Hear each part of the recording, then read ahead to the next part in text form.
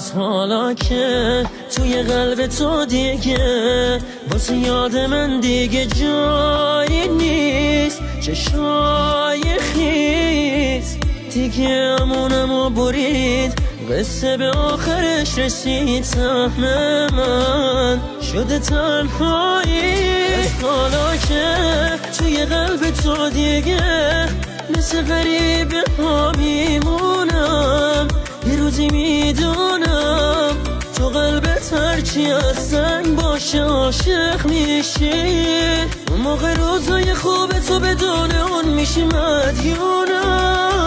از حالا یه قلب عاشق تنها غم تو گریه و غم ها، بغض تمام حرفام، دردام همش از روی عشقه، کتابش نوشته تنهایی مرام عشقه.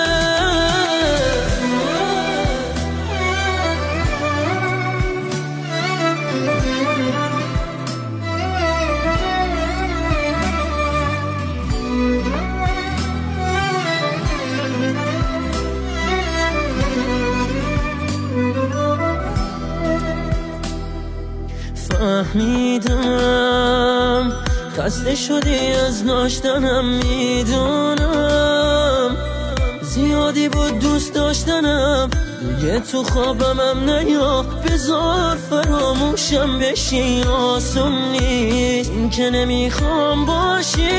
از حالا دل تنگیامو بغض تو صدامو، مدیون تو هم که رفتی یا ندیدی غمامو، مگه صدام گرفته تو این آهنگ، آخه نیستی ببینی خیسی چشمامو. از حالا یه قلب عاشق تنها غم تو گریه و غم ها، بغض تمام حرفام، دردام همش از روی عشقه، کتابش نوشته تنهایی مرام